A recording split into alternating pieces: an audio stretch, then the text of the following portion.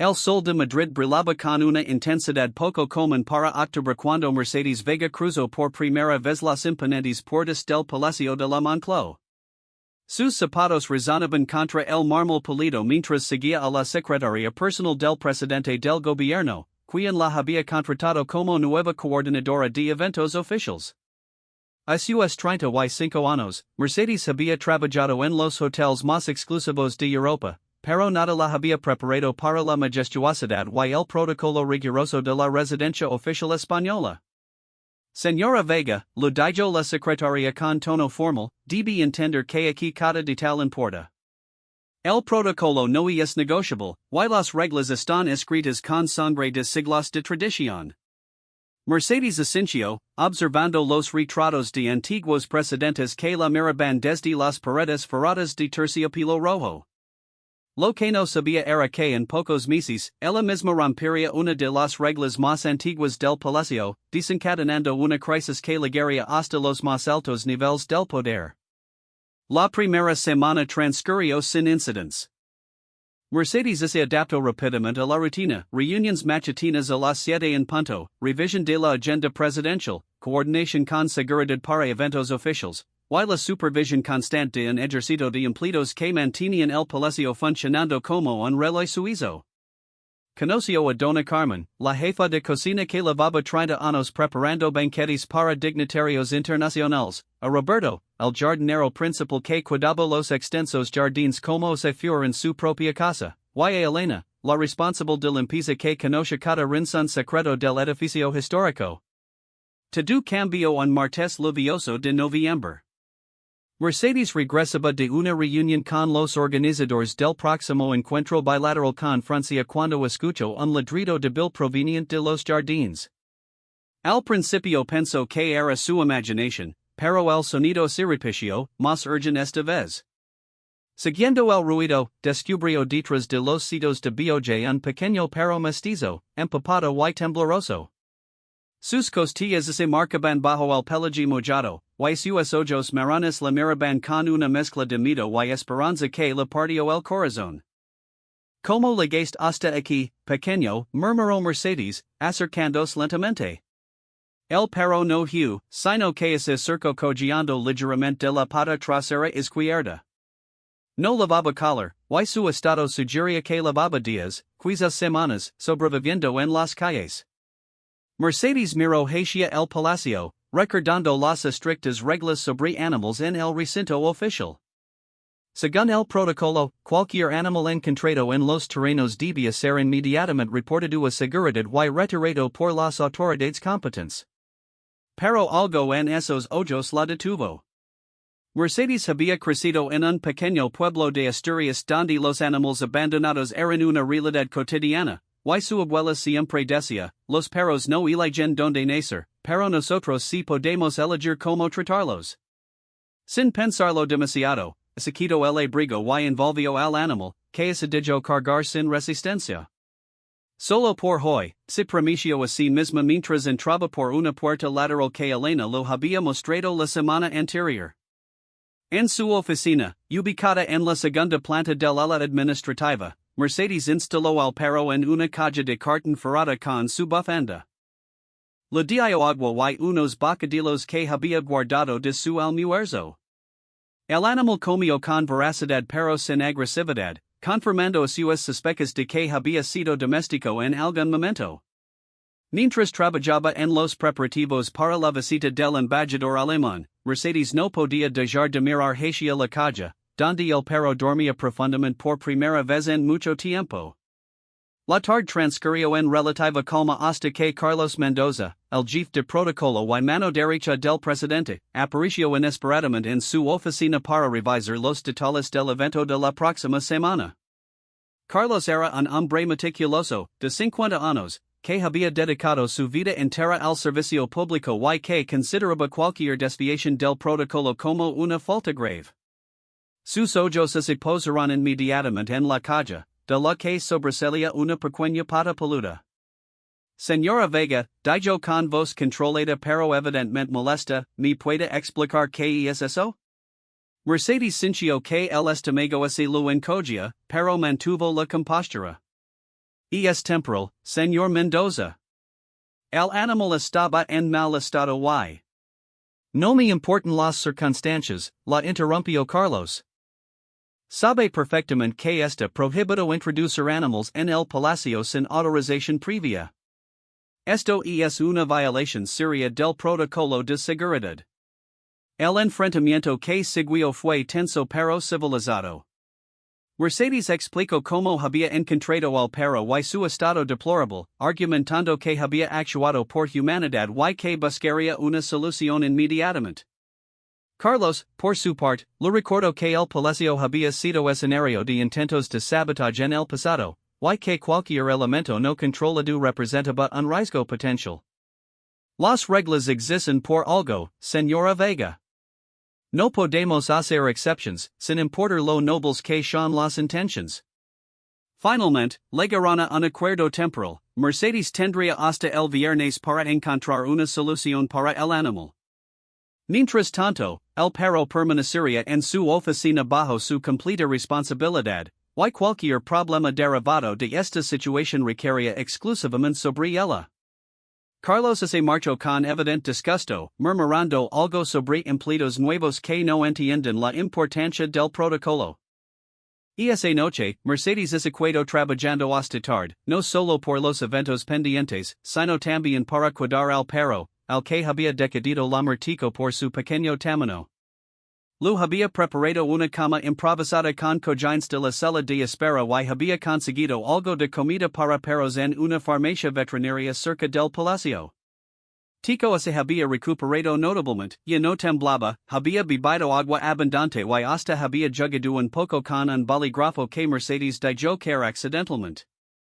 Mientras organizaba los documentos para la reunión del día siguiente, Mercedes reflexionó sobre su situación. Sabía que había roto las reglas, pero también sabía que había hecho lo correcto desde un punto de vista humano. El problema era que en el mundo del protocolo oficial, las consideraciones humanas a menudo quedaban en segundo plano ante las necesidades de seguridad y tradición. Se preguntó si habría otra forma de manejar la situación, alguna alternativa que pudiera salvar a Tico sin comprometer su posición en el palacio.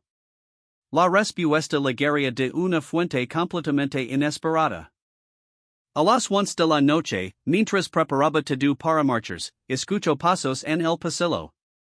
Para su sorpresa, Elena, la jefa de limpieza, apareció en la puerta de su oficina con una expresión que mezclaba preocupación y complicidad. Señora Mercedes, le dijo en voz baja, me contó Roberto lo que pasó esta tarde con Don Carlos. Tenemos que hablar. Elena se acercó a la caja donde dormía Tico y lo acarició suavemente. Este perrito me recuerda a uno que tuve hace años, murmuró con nostalgia. Mayer, yo llevo 15 años trabajando aquí, y he visto muchas cosas. Sé que usted hizo lo correcto, pero también sé que Don Carlos no veía ceder. Él ve cualquier excepción como el principio del caos. Mercedes la escuchó atentamente, intuendo que Elena tenía algo más que decir. Pero también sé, continuó Elena con una sonrisa cómplice, que hay precedentes.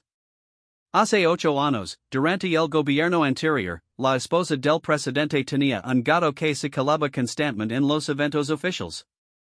Al principio hubo resistencia, pero cuando el animal apareció en una foto oficial con la canciller alemana y la imagen se hizo viral de manera positiva, todo cambió. A veces, señora Mercedes, las reglas se rompen desde arriba hacia abajo, no al revés. Esta revelación cambió completamente la perspectiva de Mercedes sobre su situación. Si había precedentes, aunque no fueran oficiales, tal vez existiera una posibilidad de encontrar una solución creativa. Elena lo explicó que el presidente actual tenía fama de ser una persona pragmática y relativamente informal, muy diferente a sus predecesores más tradicionales. El problema, añadió Elena, es llegar hasta el sin pesar por Don Carlos. Y eso, señora Mercedes, es prácticamente imposible. Pero Mercedes ya había comenzado a formular un plan. Recuerdo que la próxima semana tendría lugar la visita oficial del embajador alemán, un evento que requeriría su presencia directa para coordinar todos los detalles. Sería su oportunidad de estar en el mismo espacio que el presidente, aunque fuera brevemente. Si podía encontrar el momento adecuado y las palabras correctas, tal vez pudiera presentar su caso directamente a la máxima autoridad. Elena se marchó después de dar algunos consejos prácticos sobre cómo mantener a Tico oculto durante los próximos días, incluyendo rutas alternativas para sacarlo a hacer sus necesidades y horarios en los que ciertas áreas del palacio estarían vacías. Pero tenga cuidado, lo advirtió antes de irse, Don Carlos tiene ojos en todas partes, y se la descubre violando el acuerdo que hicieron, no habrá precedente en el protocolo que la pueda salvar. Mercedes pasó el resto de la noche planificando cada detalle de los próximos días. Tendría que mantener su trabajo al nivel habitual mientras cuidaba secretamente a Tico, todo esto mientras preparaba su estrategia para el encuentro con el presidente. Era un plan arriesgado que podría costar su trabajo, pero mientras miraba al pequeño perro dormir pacíficamente en su caja improvisada, supo que no podía abandonarlo. El amanecer del miércoles trajo consigo nuevos desafíos que Mercedes no había anticipado. Tico se había recuperado lo suficiente para ser más activo, lo que significaba que necesitaba más atención y cuidados. Además, había comenzado a alegrar suavemente cada vez que escuchaba pasos en el pasillo, como si hubiera desarrollado un instinto protector hacia Mercedes. Esto complicaba enormemente la situación, ya que cualquier ruido podría delatar su presencia. La mañana transcurrió con normalidad aparente. Mercedes participó en las reuniones habituales, revisó los preparativos para el evento del viernes y coordinó con diferentes departamentos los detalles logísticos. Sin embargo, su atención estaba constantemente dividida entre sus obligaciones profesionales y la preocupación por Tico, que había dejado en su oficina con suficiente agua y comida para varias horas. Durante la pausa del almuerzo, Mercedes aprovechó para sacar discretamente a Tico a una pequeña área verde detrás del edificio administrativo que Elena lo había recomendado. El perro se comportó de manera ejemplar, haciendo sus necesidades rápidamente y mostrando una inteligencia notable al permanecer cerca de Mercedes sin necesidad de correa. Era como si entendiera instintivamente que su situación era precaria y que dependía completamente de la discreción. Fue durante este paseo secreto cuando Mercedes tuvo su primer encuentro directo con el presidente.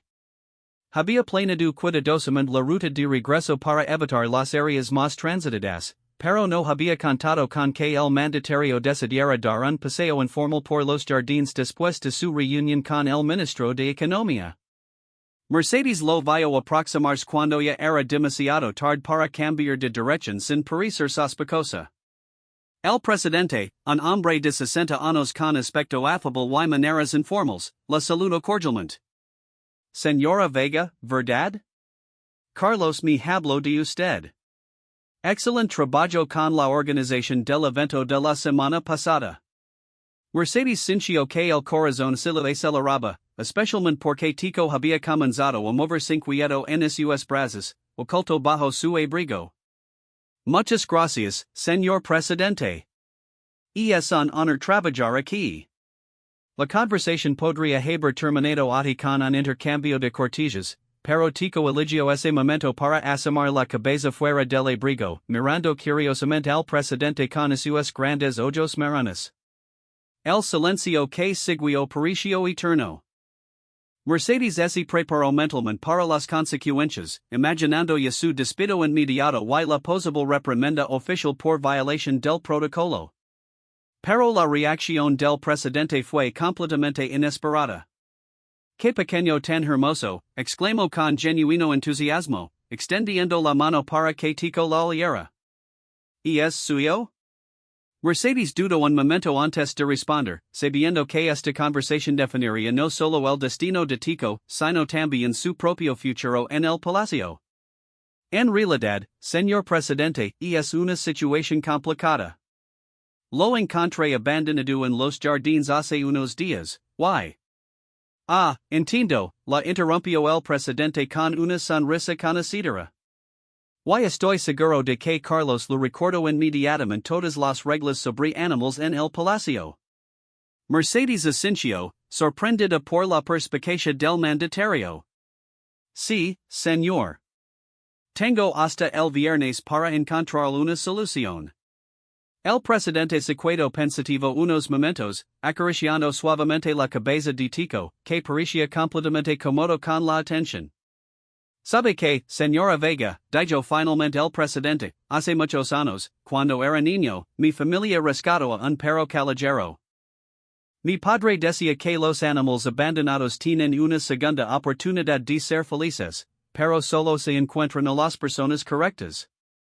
Mercedes escuchó atentamente, sintiendo una mezcla de esperanza y nerviosismo. Este pequeño parece haber encontrado a la persona correcta. Dejeme hablar con Carlos sobre este tema. El encuentro terminó con el presidente alejándose hacia el palacio principal, no sin antes dar una última caricia a Tico y decir la Mercedes, manténgalo seguro mientras tanto.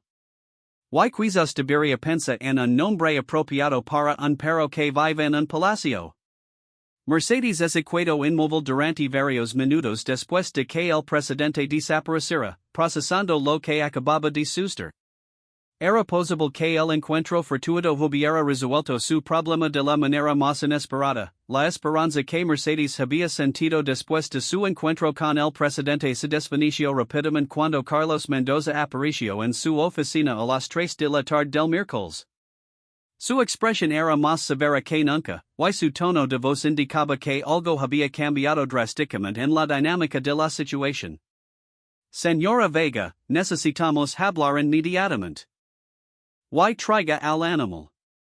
Mercedes siguió a Carlos hasta su oficina, situada en el segundo piso del ala principal del palacio, una habitación imponente decorada con muebles de época y retratos oficiales.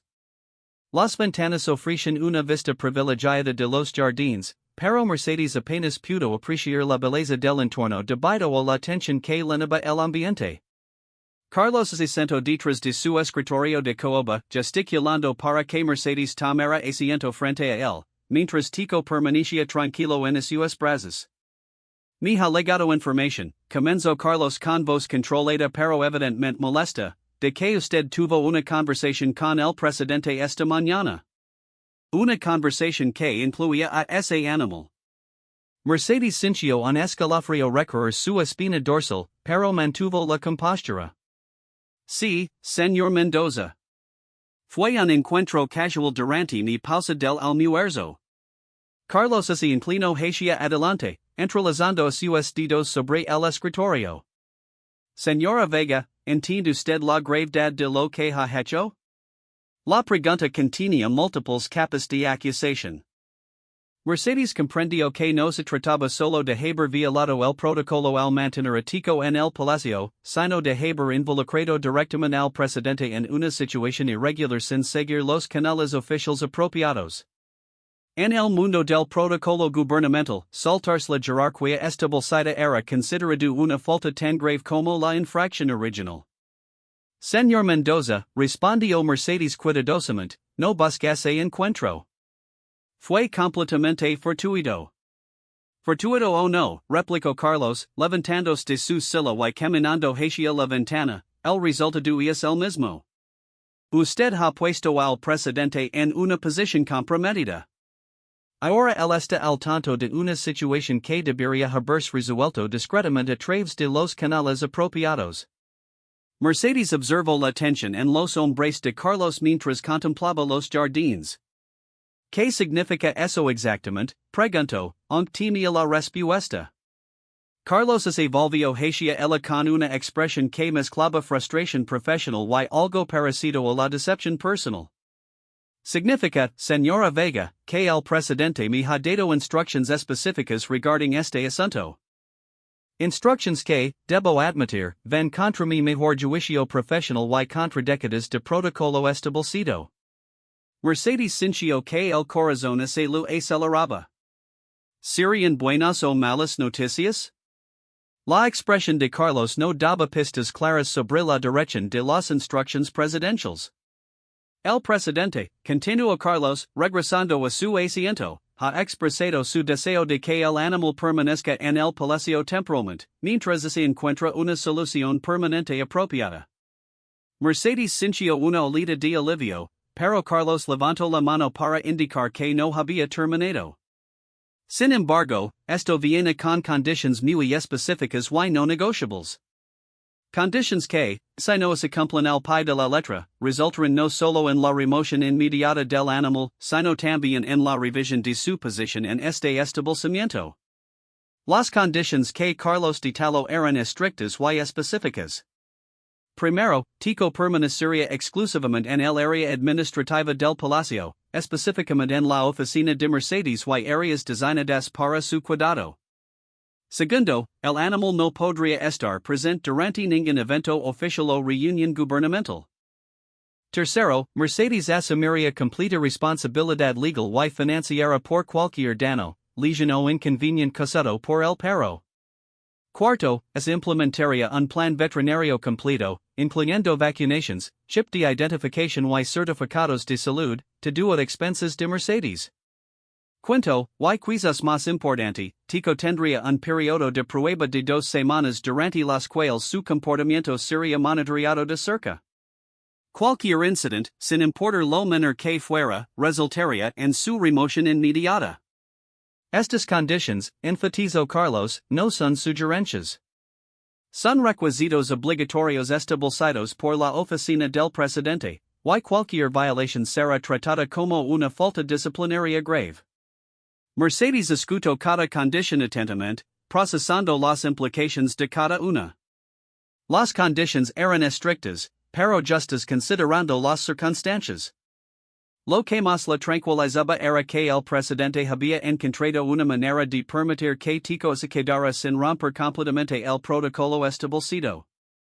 Aceptó todas las conditions, respondió sin hesitación. ¿Cuándo debo comenzar con los procedimientos veterinarios? Inmediatamente, respondió Carlos, deslizando una carpeta a través del escritorio. Aquí está la lista de veterinarios aprobados por el Servicio de Seguridad del Palacio. Debe contactar a uno de ellos antes del final del día. Además, el animal debe ser registrado oficialmente como host temporal en los archivos de seguridad del Palacio. Mercedes tomó la carpeta, notando la meticulosidad con la que Carlos había preparado todos los documentos necesarios, a pesar de su evidente desacuerdo personal con la decisión. La conversación se vio interrumpida por un golpe suave en la puerta. La secretaria de Carlos entró con un mensaje urgente. El embajador alemán había adelantado su llegada y estaría en el palacio al día siguiente, un día antes de lo programado originalmente. Esta noticia cambió inmediatamente el ambiente en la oficina, ya que significaba que todos los preparativos tendrían que acelerarse y que Mercedes tendría menos tiempo para implementar las nuevas condiciones para Tico. Esto complica significativamente las cosas, murmuró Carlos, revisando su agenda. Señora Vega, necesitar que se concentre completamente en los preparativos para mañana. No puede permitir que la situación del animal interfiera con sus responsabilidades profesionales. Mercedes asintió, comprendiendo la implicación, tendría que equilibrar el cuidado de Tico con una de las responsabilidades más importantes de su posición hasta la fecha. El resto de la tarde transcurrió en una actividad frenética. Mercedes coordinó con catering, seguridad, protocolo y mantenimiento para asegurar que todo estuviera perfecto para la visita adelantada del embajador alemán. Mientras tanto, aprovechó cada momento libre para contactar a los veterinarios de la lista aprobada, finalmente consiguiendo una cita de emergencia para las 6 de la tarde con la diarrea.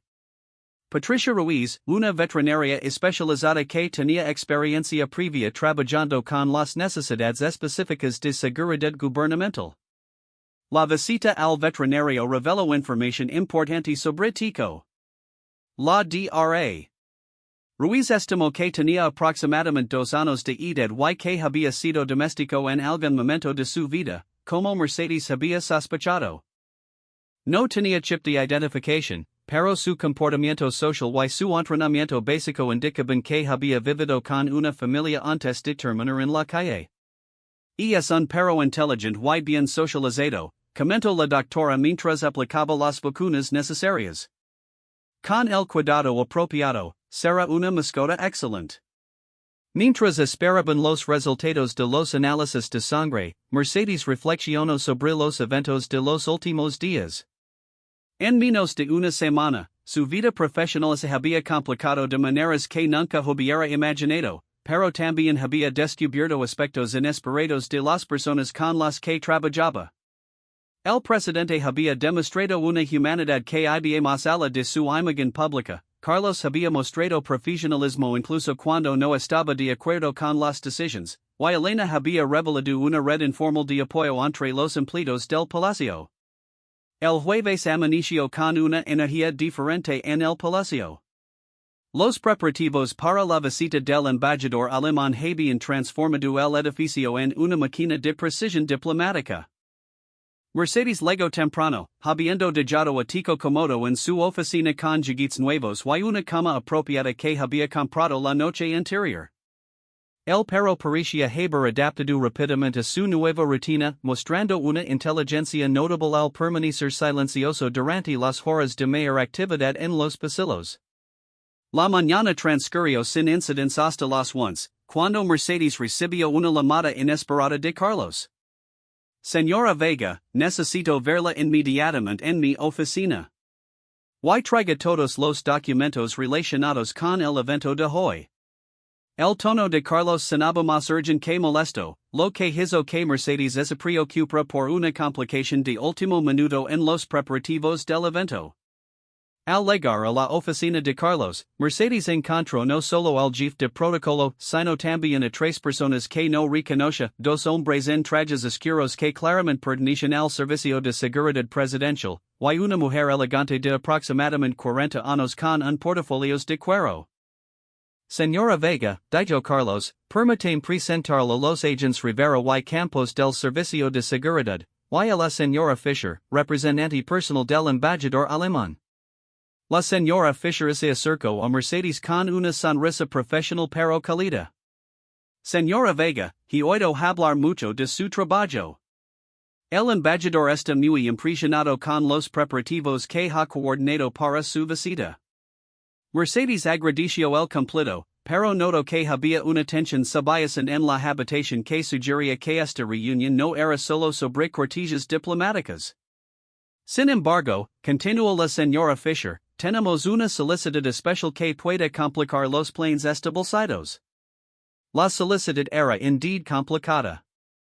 El embajador alemán, que era conocido por su amor a los animales y que tenía tres perros en su residencia oficial en Berlín, había expresado interés en conocer las mascotas oficiales del Palacio Español después de que un artículo en una revista de protocolo diplomático mencionara la tradición de algunos países de incluir animales en ciertos eventos oficiales. El problema, explicó uno de los agentes de seguridad, es que oficialmente no tenemos mascotas en el palacio. Nuestros registros no muestran ningún animal autorizado. Mercedes sintió que el estómago se lo encogía al comprender las implicaciones de la solicitud. El embajador alemán esperaba conocer a las mascotas oficiales del palacio, pero Tico era oficialmente solo un huésped temporal y ciertamente no calificaba como mascota oficial. Además, presentar a Tico al embajador podría crear precedentes diplomáticos complicados y podría interpretarse como un gesto oficial que requería reciprocidad en futuras visitas diplomáticas. Carlos miró directamente a Mercedes antes de hablar. Señora Vega, necesito que entienda que esta situación ha escalado más allá de lo que cualquiera de nosotros anticipó. La oficina del presidente me ha pedido que explore la posibilidad de presentar a Tico al embajador alemán como parte de una demostración informal de la hospitalidad española. Mercedes precisó la información cuidadosamente. ¿Significaba esto que Tico podría convertirse en una especie de embajador canino no oficial? Sin embargo, continuó Carlos, esto requeriría que el animal fuera presentable para un encuentro diplomático de alto nivel. Tendríamos menos de 4 horas para prepararlo, y cualquier comportamiento inapropiado durante el encuentro tendría repercusiones que van mucho más allá del palacio. Mercedes entendió la gravedad de la situación. Si Tico se comportaba bien, podría asegurar su lugar permanente en el palacio. Si algo salía mal, no solo perdería su hogar, sino que Mercedes probablemente perdería su trabajo. La señora Fisher intervino con información adicional que hizo que la situación fuera aún más compleja. El embajador alemán está particularmente interesado en los esfuerzos de España en cuanto a bienestar animal y rescate de animales abandonados. Si fuera posible presentar una historia positiva sobre rescate y rehabilitación, sería muy bien recibida desde una perspectiva diplomática. Mercedes se dio cuenta de que Tico no solo era perfecto para esta narrativa, sino que su historia real podría crear una conexión diplomática genuina. Los agentes de seguridad explicarán los protocolos especiales que se implementarían si decidia incluir a Tico en el encuentro. El perro tendría que pasar por un proceso de seguridad acelerado, incluyendo un baño profesional, un examen veterinario adicional, y un periodo de observación de 2 horas para asegurar que su comportamiento fuera predecible. Además, añadió el agente Rivera, necesitaríamos que usted permanezca con el animal en todo momento durante el encuentro, actuando como su manejadora oficial. Mercedes miró a cada persona en la habitación, procesando la enormidad de lo que se lo estaba pidiendo. En cuestión de días, había pasado de rescatar un perro abandonado a potencialmente representar a España en una capacidad diplomática informal. ¿Cuál es exactamente mi papel en esto? Preguntó, queriendo asegurar que entendía completamente las expectativas y responsabilidades. Carlos respondió con una seriedad que indicaba la importancia histórica del momento. Señora Vega, si acepta esta responsabilidad, usted estaría actuando no solo como coordinadora de eventos, sino como embajadora cultural informal de los valores españoles de compasión y cuidado animal. El éxito o fracaso de este encuentro podría influir en las relaciones diplomáticas futuras entre España y Alemania en temas relacionados con bienestar animal. La presión era inmensa, pero Mercedes también reconoció la oportunidad extraordinaria que se le presentaba. Aceptó, dijo finalmente, pero necesitar todo el apoyo del equipo de palacio para preparar a Tico apropiadamente. Carlos asintió y inmediatamente comenzó a coordinar los recursos necesarios. La señora Fisher sonrió por primera vez desde que había llegado, y los agentes de seguridad comenzaron a revisar los protocolos de último minuto. Las siguientes 3 horas fueron las más intensas de la carrera profesional de Mercedes. Mientras ella supervisaba los preparativos finales para la llegada del embajador, un equipo especial se encargó de preparar a Tico. Elena coordinó un servicio de aseo profesional que transformó al pequeño perro callejero en un animal digno de un palacio. La Dra. Ruiz realizó un examen veterinario adicional y certificó que Tico estaba en perfecto estado de salud y temperamento para el encuentro. Mientras tanto, Mercedes trabajó con la señora Fisher para desarrollar una narrativa apropiada sobre el rescate de Tico que pudiera compartirse con el embajador alemán. La historia tenía todos los elementos de un cuento inspirador, rescate, rehabilitación, y la demostración de valores españoles de compasión hacia los animales más vulnerables. Y es una historia perfecta, comentó la señora Fisher, porque es completamente verdadera y representa valores que ambos países comparten. A las 2 de la tarde, Mercedes se encontró en su oficina con Tico, quien había sido transformado completamente. Su pelaje brillaba, lavaba un collar de cuero elegante con una pequeña placa que decía Tico Just del Palacio, y su comportamiento era el de un perro confiado y bien cuidado. Más importante aún, parecía haber desarrollado una conexión especial con Mercedes que era evidente para cualquier observador. Bueno, pequeño, le murmuró mientras lo ajustaba el collar, y es hora de representar a España del embajador alemán, der. Klaus Zimmermann llegó al Palacio de la Moncloa exactamente a las 3 de la tarde, acompañado por una delegación de 5 personas que incluía a 2 asesores políticos, un especialista en bienestar animal, un fotógrafo oficial y un intérprete. Mercedes observó la llegada desde una ventana del segundo piso, sintiendo una mezcla de nerviosismo y emoción mientras Tico dormía tranquilamente a sus pies, aparentemente lleno a la importancia del momento que se acercaba. La primera parte del encuentro transcurrió según el protocolo establecido. El presidente recibió al embajador en el Salón de Goya, donde sostuvieron conversations oficiales sobre cooperación bilateral, comercio y asuntos europeos. Mercedes coordinó discretamente todos los detalles logísticos desde su posición en la sala de control, manteniendo comunicación constante con el equipo de seguridad y protocolo mientras monitoreaba el comportamiento de Tico, quien había demostrado una capacidad notable para permanecer cómodo durante periodos prolongados. A las 4:30, Carlos apareció en la oficina de Mercedes con una expresión que mezclaba anticipación y preocupación profesional. Y es hora, anunció simplemente. El presidente ha mencionado la historia del rescate al embajador, y Dr. Zimmerman ha expresado gran interés en conocer a Tico. Mercedes sintió que el pulso aceleraba mientras se ajustaba la chaqueta y verificaba que Tico estuviera presentable. ¿Algún consejo de último minuto?, preguntó, intentando mantener la calma. Carlos la miró con una expresión que había cambiado notablemente desde su primer encuentro tenso días atrás. Señora Vega, si usted misma cuenta la historia tal como ocurrió. ¿Y confía en que ese pequeño perro entiende lo importante que es este momento?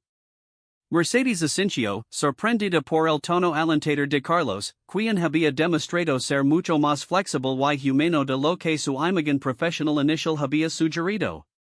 El encuentro tuvo lugar en la biblioteca presidencial, una habitación íntima pero elegante con estanterías de caoba que llegaban hasta el techo y ventanales que ofrecían una vista panorámica de los jardines. El presidente y el embajador alemán estaban sentados en silence de cuero frente a una chimenea encendida, creando un ambiente más personal que formal. Cuando Mercedes entró con Tico caminando elegantemente a su lado con una correa dorada, la conversación se detuvo y todas las miradas se dirigieron hacia ellos. Dr. Zimmerman, dijo el presidente con una sonrisa genuina, permítame presentarle a la señora Mercedes Vega, nuestra coordinadora de eventos especiales, y a Tico, nuestro más reciente host del palacio. El embajador alemán, un hombre alto de 60 años con cabello gris y ojos azules brillantes, se levantó inmediatamente de su silla y se acercó con evidente entusiasmo. ¡Qué hermoso ejemplar!, exclamó en español con un ligero acento alemán, extendiendo la mano para que Tico la oliera. La reacción de Tico fue perfecta. Se acercó al embajador con confianza pero sin agresividad, permitió que lo acariciara y hasta se sentó obedientemente cuando Mercedes le dio una señal discreta. El embajador alemán sonrió ampliamente y se dirigió a Mercedes. Señora Vega, entiendo que hay una historia notable detrás de este encuentro. ¿Podría compartirla conmigo? Mercedes respiró profundamente y comenzó a contar la historia del rescate de Tico, desde el momento en que lo encontró en los jardines hasta los desafíos de protocolo y la eventual decisión presidencial de permitir que se quedara. Dr. Zimmerman escuchó atentamente cada detalle, haciendo preguntas ocasionales que demostraban su genuino interés en la historia y su conocimiento considerable sobre bienestar animal. En Alemania, comentó cuando Mercedes terminó su relato, tenemos un programa gubernamental similar para el rescate de animales abandonados en propiedades oficiales. Y es fascinante ver cómo diferentes culturas llegan a conclusiones similares sobre la importancia de la compasión hacia los animales más vulnerables. La conversación que siguió fue más rica y significativa de lo que cualquiera había anticipado.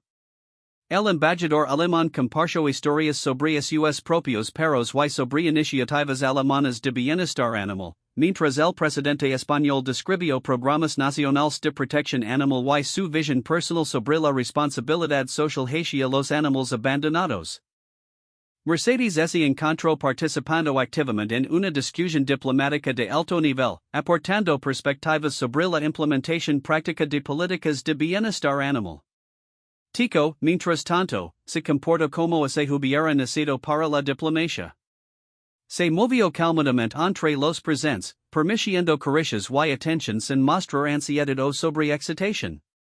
En un momento particularmente significativo, cuando el embajador alemán mencionaba la importancia de la paciencia en la rehabilitación de animales traumatizados, tico se acerco y apoyo suavemente su cabeza en la rodilla del diplomático, un gesto que fue interpretado por todos los presentes como extraordinariamente apropiado y emotivo. Este pequeño embajador, dijo Dr. Zimmerman, acariciando la cabeza de Tico, entiende más sobre diplomacia que muchos humanos que he conocido. La observación generó risas genuinas y creó un momento de conexión auténtica que transcendía el protocolo formal. Mercedes se dio cuenta de que estaba presenciando algo especial, un momento diplomático que sería recordado no por los acuerdos firmados, sino por la humanidad compartida expresada a través de la compasión hacia un animal rescatado. La sesión de fotos que siguió capturó imágenes que se convertirían en históricas dentro del contexto de las relaciones España-Alemania. El fotógrafo oficial tomó docenas de imágenes del presidente, el embajador, Mercedes y Tico en diferentes configuraciones, todas proyectando una imagen de calidez, humanidad y valores compartidos. Una foto en particular, en la que los dos líderes están sonriendo mientras Tico se sienta elegantemente entre ellos, se convertiría posteriormente en la imagen oficial del encuentro bilateral. Sin embargo, el momento más significativo ocurrió cuando el encuentro oficial había terminado y los participantes se relajaron en una conversación más informal. Dr. Zimmerman se dirigió directamente a Mercedes con una propuesta que nadie había anticipado. Señora Vega, dijo, me gustaría invitarla a usted y a Tico a visitar Berlín como parte de un intercambio cultural sobre programas de bienestar animal. Sería un honor para nosotros recibir a los protagonistas de esta inspiradora historia. La invitación creó un silencio momentáneo en la habitación. Mercedes miró al presidente, quien asintió con una sonrisa que indicaba su aprobación. Carlos, quien había estado observando discretamente desde un rincón, parecía simultáneamente sorprendido y orgulloso del desarrollo inesperado. Sería un honor, respondió Mercedes, procesando la magnitud de lo que acababa de suceder. En una semana había pasado de ser una coordinadora de eventos a convertirse en una embajadora cultural informal. El embajador alemán no había terminado con sus sorpresas. Además, continuó, me gustaría proponer que documentemos esta historia como parte de una iniciativa conjunta España-Alemania sobre innovación en políticas de bienestar animal gubernamental. La historia de Tico podría inspirar programas similares en otros países europeos. Mercedes sintió que la cabeza le daba vueltas ante las implicaciones de la propuesta. Tico no solo había asegurado su lugar en el palacio, sino que potencialmente se había convertido en el catalizador para iniciativas internacionales de bienestar animal.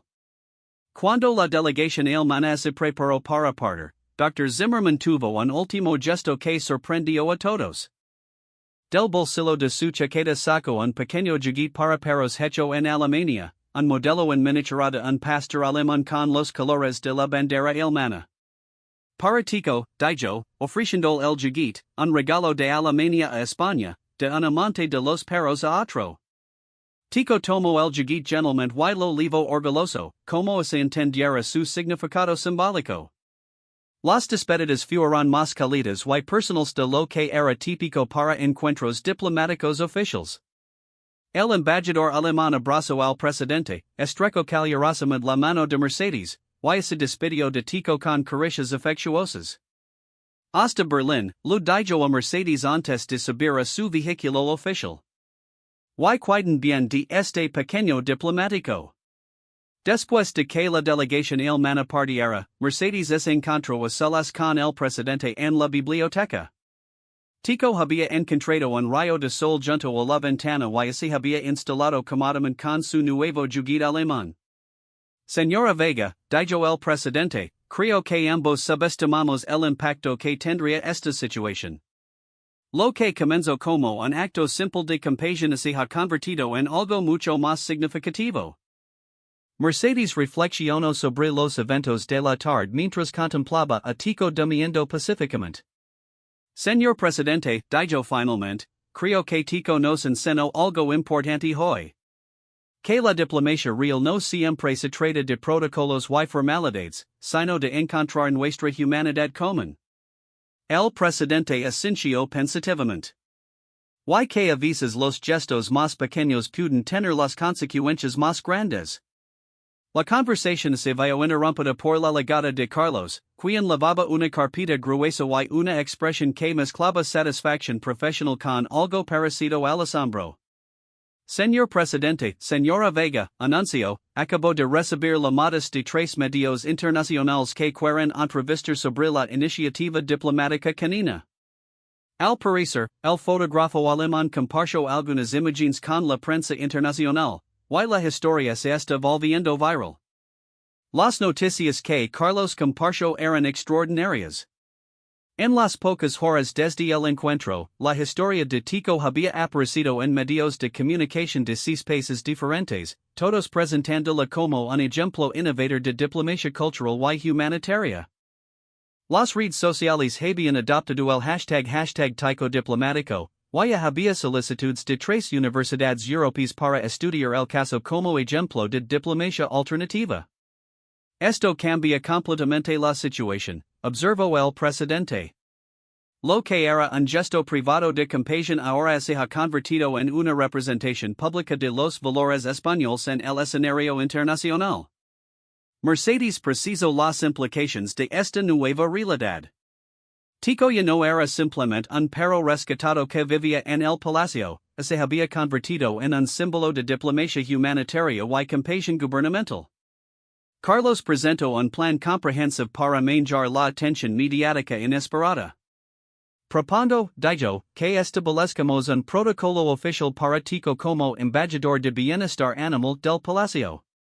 Esto nos permitiría controlar la narrativa, establecer límites apropiados para su participación en eventos, y crear un marco formal para su papel en futuras iniciativas diplomáticas relacionadas con bienestar animal. La propuesta de Carlos representaba un cambio completo en su posición desde su oposición inicial a la presencia de Tico en el palacio. Mercedes se dio cuenta de que él también había sido transformado por los eventos del día, reconociendo que la flexibilidad y la humanidad a veces podían complementar, en lugar de contradecir, el protocolo profesional. ¿Qué implicaría exactamente ese título?, preguntó Mercedes. Implicaría, explicó Carlos, que Tico tendría un estatus oficial en el palacio, con responsabilidades específicas relacionadas con la promoción de causas de bienestar animal, tanto a nivel nacional como internacional. Tendría un presupuesto asignado para su cuidado, un programa de entrenamiento profesional para perfeccionar sus habilidades diplomáticas, y un calendario controlado de apariciones públicas.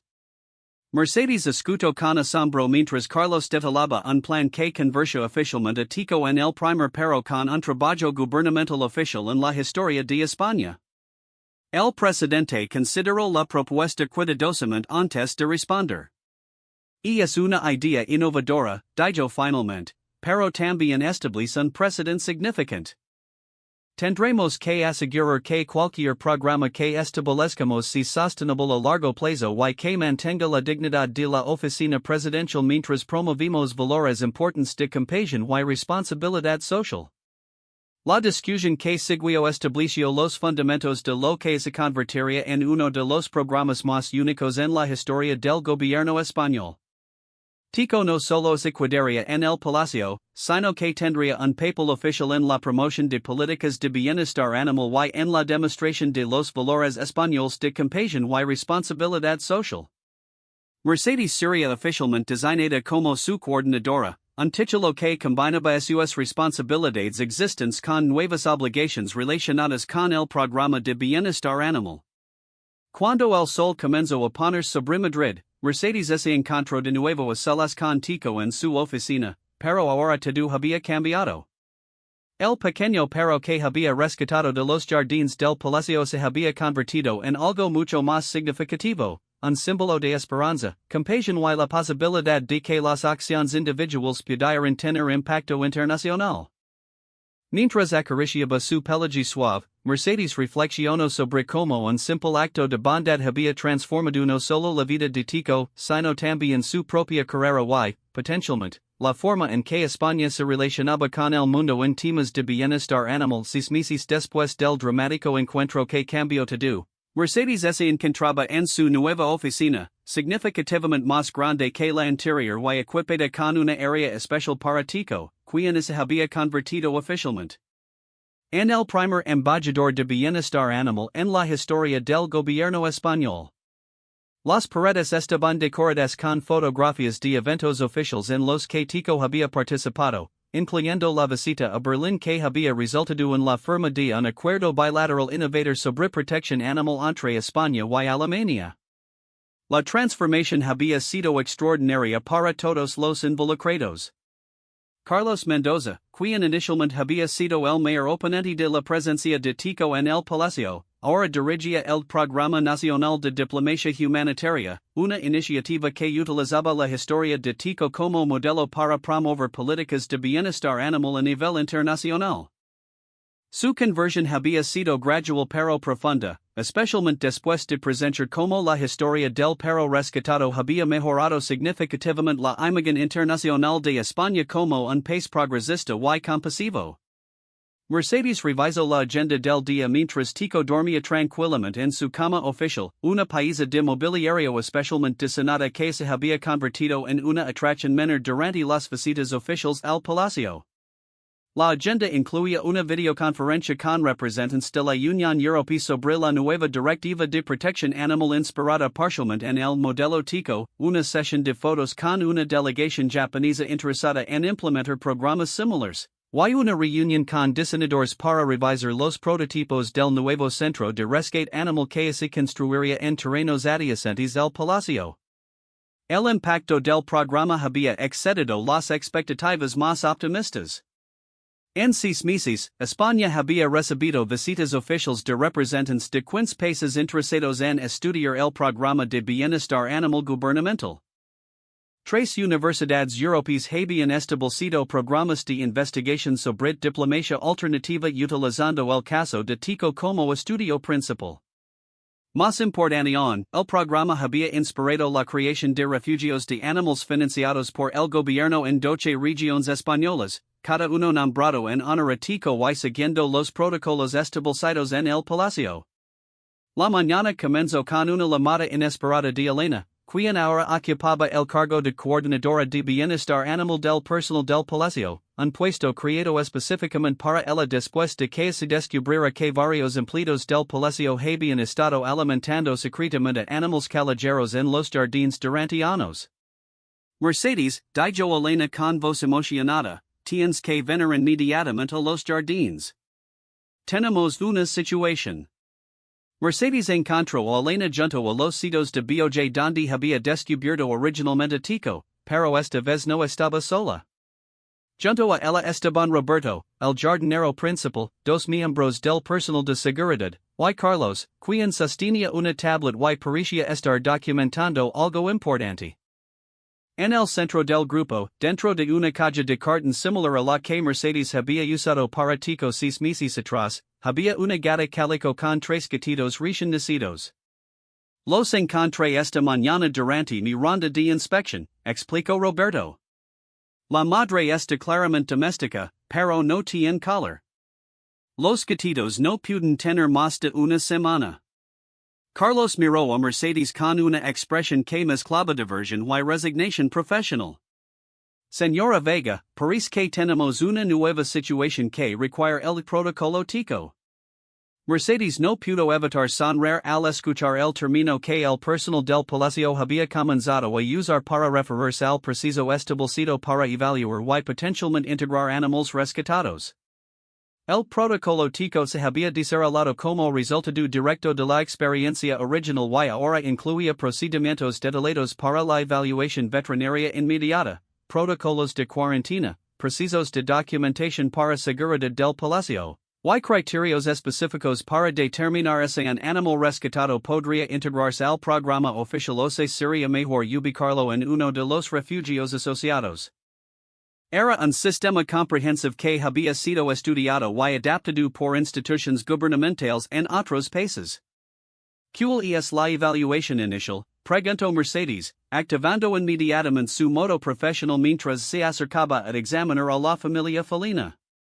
Elena consultó una carpeta que ahora lavaba siempre consigo para estas situaciones. La madre parece estar en buen estado nutricional considerando las circunstancias. Los gatitos están amamantando normalmente. No hay signos obvios de enfermedad o lesión. La DRA. Ruiz está en camino para la evaluación veterinaria complete. La legada de la DRA. Patricia Ruiz, quien se había convertido en la veterinaria oficial del programa de bienestar animal del Palacio, transformó la escena informal en una operación profesional. La doctora examinó cuidadosamente cada gatito y a la madre, tomando notas detalladas y muestras para análisis de laboratorio.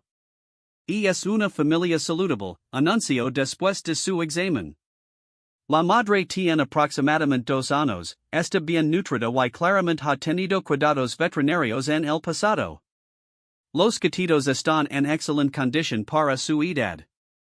Mientras esperaban los resultados preliminares de los análisis, Mercedes reflexionó sobre cómo una situación que 6 meses atrás había creado una crisis de protocolo ahora se manejaba con la eficiencia de una operación established. El cambio cultural dentro del palacio había sido profundo. Los empleados ya no veían el rescate animal como una violación del protocolo, sino como una oportunidad de demostrar los valores oficiales del gobierno español. La decisión sobre qué hacer con la familia felina se tomó durante una reunión impromptu en la biblioteca presidencial, el mismo lugar donde Tico había tenido su encuentro diplomático histórico con el embajador alemán. El presidente, quien ahora incluía updates sobre el programa de bienestar animal en sus briefings semanales, escuchó la situación y tomó una decisión que sorprendió incluso a Mercedes. Creo que es hora de expandir oficialmente nuestro programa, anunció. Esta familia felina podría ser perfecta para demostrar nuestro compromiso con la protección maternal y el cuidado familiar en el reino animal. La decisión presidencial de integrar oficialmente a la familia felina al programa del Palacio desencadenó una nueva ola de atención mediática internacional. Los medios europeos presentaron la historia como una evolución natural del fenómeno tico, mientras que organizaciones internacionales de protección animal elogiaron a España por establecer precedentes progresivos en políticas gubernamentales de bienestar animal. El hashtag Familia Palacio se volvió viral en las redes sociales, generando miles de interacciones positivas sobre España y sus políticas humanitarias. Mercedes trabajó intensamente con Carlos para desarrollar una estrategia de comunicación que presentara la expansión del programa como una evolución planificada rather than una respuesta reactiva a una situación inesperada. Y es importante, explicó Carlos durante una reunión de estrategia, que el público entiende que no estamos simplemente reaccionando a cada animal que aparece, sino que estamos implementando un programa comprehensivo que utiliza estas oportunidades para promover valores más amplios de compasión y responsabilidad social. La integración de la familia felina también proporciona una oportunidad perfecta para lanzar la next phase del programa, el Centro Nacional de Rescate y Rehabilitación Animal, que se construiría en terrenos del Palacio y serviría como headquarters para las iniciativas nacionales de bienestar animal. El centro incluiría instalaciones veterinarias state-of-the-art, áreas de rehabilitación, programas educativos para el público, y un centro de investigación sobre políticas de bienestar animal gubernamental. 3 meses después del rescate de la familia felina, Mercedes se preparaba para el evento más significante de su carrera, la inauguración oficial del Centro Nacional de Rescate y Rehabilitación Animal, que coincidiría con el primer aniversario del encuentro entre Tico y el embajador alemán. El evento incluiría representantes de 23 countries, delegados de organizaciones internacionales de protección animal, académicos especializados en políticas públicas humanitarias, y medios de comunicación internacionales. El día de la inauguración amaneció sólido y claro. Mercedes llegó al Palacio temprano para supervisar los preparaciones finales, acompañada como siempre por Tico, quien había desarrollado una rutina morning que incluía saludar a varios empleados del Palacio que se habían convertido en parte de su familia extended. La familia felina, ahora compuesta por la madre Luna y sus 3 gatitos Esperanza, Fortuna y Milagro, también tenía su propia rutina established y su propia área oficial dentro del new centro. Durante la cérémonie d'inauguration, Mercedes tuvo la oportunidad de reflexionar sobre la extraordinaria chain de eventos que había transformado un simple acto de compasión en un programa gubernamental internacional. El president delivered un discurso que trace la evolución desde el rescate original de Tico hasta el establishment del centro, emphasizing cómo Spain había demonstrated que government policy podía ser both pragmatic y compassionate, professional y humane. El embajador alemán Dr. Zimmermann había returned specially para la inauguración, trayendo consigo representatives to the German Federal Ministry of Food y Agriculture que habían come para sign on expanded bilateral agreements sobre animal welfare cooperation. Durante su speech, Dr. Zimmermann noted que the Tico model había inspired similar programs in Germany y across Europe, creating a new paradigm para government involvement in animal welfare issues. Pero el momento más emotivo de la ceremonia came cuando Mercedes fue officially recognized como Director of Humanitarian Diplomacy Programs, un title que formalized su unique role in combining event coordination con international animal welfare advocacy. In her acceptance speech, Mercedes reflected in how Tico había taught everyone involved que compassion no era weakness, but rather strength que could transform both individual lives y international relationships.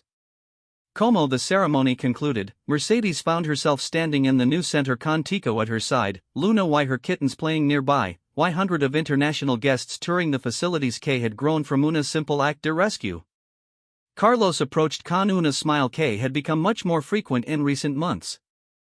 Mercedes, he said, I think we can officially say que ese perro se queda aquí became much more than anyone anticipated. Mercedes looked around at everything que had been created, the center, the programs, the international partnerships, the changed attitudes hacia animal welfare in government, y realized que Tico's most important contribution hadn't been his diplomatic skills or his media appeal, but rather his demonstration que individual acts de compassion could create ripple effects que changed entire systems. The small abandoned dog había not only found a home, but had helped create homes y opportunities para thousands de other animals across Spain y Europe. That evening, as Mercedes walked through the palace gardens con Tico y the cat family, she reflected in how the phrase, "the dog stays here," had evolved from Carlos's initial objection into one symbol de Spain's commitment to humanitarian values. The gardens where she había first found Tico were now part de un expansion project que would create additional space para rescued animals y educational programs para visitors from around the world. The story había come full circle, but, rather than ending, it had become the foundation para something much larger. Tico had proven que sometimes the most important diplomatic breakthroughs come not from treaties or formal negotiations, but from simple acts de kindness que remind everyone involved de our shared humanity. As they walked beneath the Madrid stars, Mercedes knew que whatever challenges lay ahead, Spain had established una new model para how governments could balance professional responsibilities con moral imperatives, creating policies que were both effective y compassionate. The small dog que had once been abandoned in palace gardens había become not just unresident, but un catalyst para change que had touched lives across continents, proving que sometimes the most profound transformations begin con the simplest question, ¿Cómo llegaste hasta aquí, pequeño? Why the decision to answer it con open hearts y extending hands rather than closed doors y bureaucratic barriers.